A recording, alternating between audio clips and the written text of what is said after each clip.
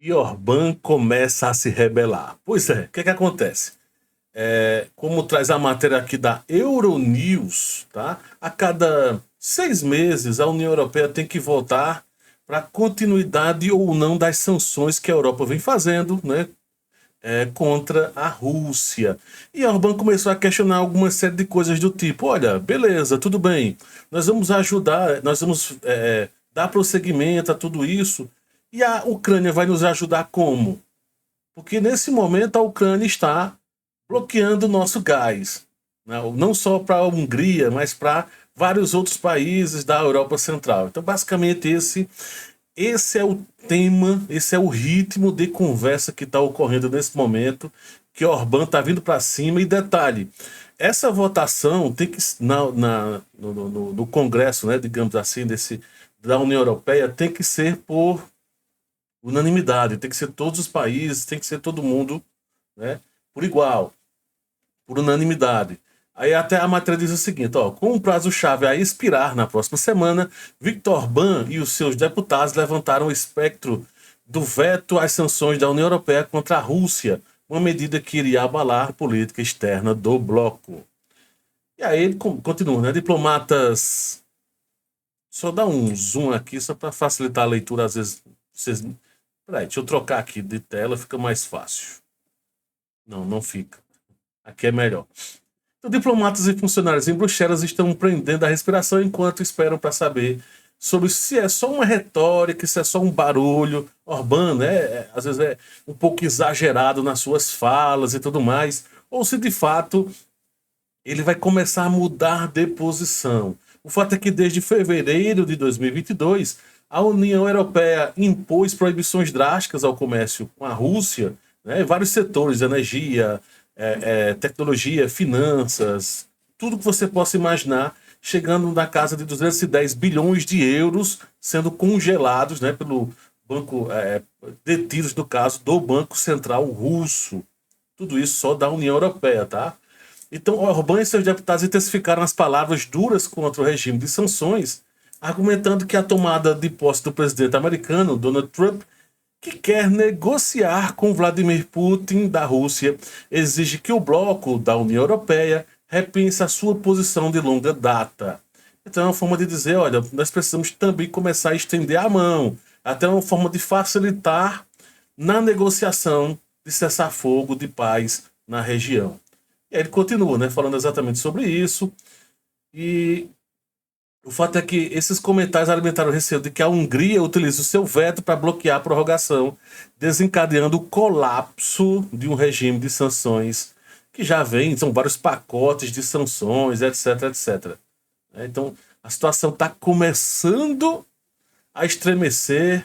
Detalhe, aí continua aqui o papo: o enviado húngaro também apresentou uma série de pedidos relativos à política energética, em particular a recente decisão da Ucrânia de pôr termo ao trânsito de gás russo através da Hungria, disse outro diplomata. Aí continua: a decisão tomada pelo presidente Zelensky para impedir Moscou de ganhar milhares de milhões adicionais às custas do nosso sangue suscitou uma reação furiosa da Hungria e da Eslováquia, dois países sem litoral que ainda compram combustíveis fósseis russos. No início desse mês, o primeiro-ministro eslovaco Robert Fico ameaçou usar seu poder de veto como retaliação. Então aí, Fico já tinha ameaçado, Orbán agora esbravejou, dizendo: olha, eu também vou vetar. Vou vetar.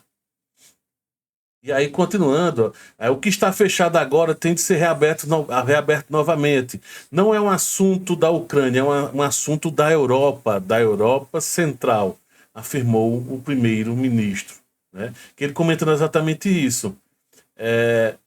Que ele não tem qualquer interesse em aumentar a quantidade de gás russo, não é isso. Ele quer só que receba a quantidade que é para receber, porque a situação está grave. E aí ele até continua: olha, se os ucranianos querem ajuda, por exemplo, sancionando os russos, então vamos reabrir as rotas de trânsito de gás e permitir que os países da Europa Central, incluindo a Hungria, recebam o gás de que precisamos através da Ucrânia. Então ele já começa a dizer: olha, vou ter que vetar porque não tem condições.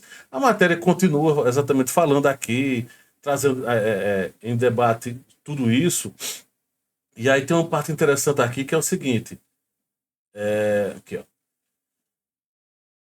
Questionado sobre se Bruxelas já está elaborando um plano B, o funcionário disse: não prevemos outra possibilidade que não seja de ser aprovado nos próximos dias. Eles não têm nem plano B, não sabem o que vão fazer com o Orbán, e é isso. E até talvez com o Fico também. Né? Um fator que certamente influenciará a discussão, segundo a Euronews aqui, né, são os últimos comentários feitos por Donald Trump, que surpreendeu alguns observadores com comentários agressivos.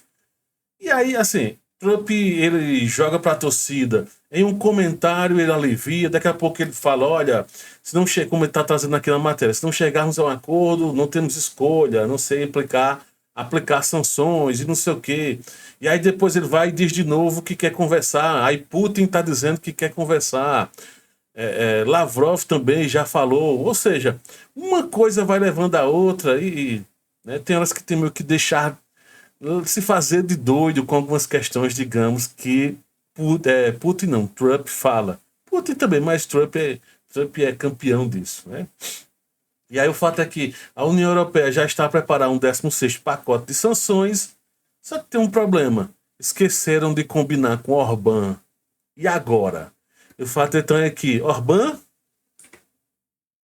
este indivíduo aqui, ó,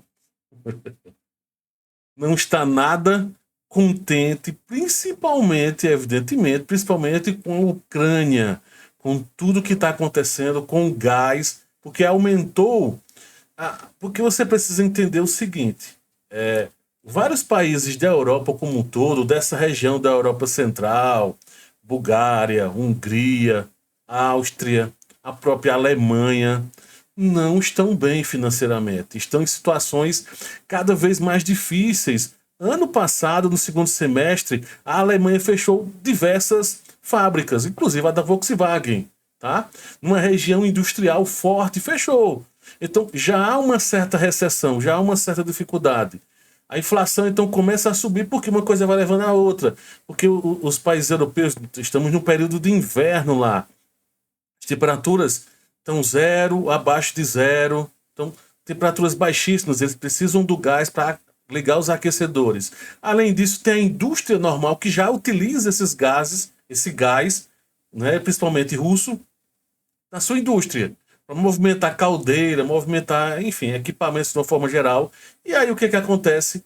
Eles têm que utilizar outros mecanismos, usar o gás americano, usar o gás africano, usar o gás que vem da região mais ao norte do Báltico, né? Se eu não me engano é Noruega que vem esse, eu não sei se é Dinamarca ou Noruega que tem gás que está vindo, mas todas essas situações são mais caras. E o pior, no caso aqui de Orbán está reclamando porque tem um problema maior. Não tem litoral. Então eles dependem de outros países para que o gás chegue até eles.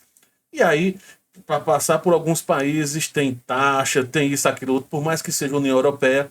Então, os custos aumentam. Resumindo a história, Orbán pode vetar e pode começar a colocar água no chope, como costumam dizer, né? No chope da União Europeia. E, finalmente, algumas coisas começarem a mudar. Agora, vamos ver, né, se Orbán faz isso mesmo. Orbán que ele é um Trump versão europeia também. Tem horas que ele fala muito. Vamos ver se agora ele deixa só de falar e age.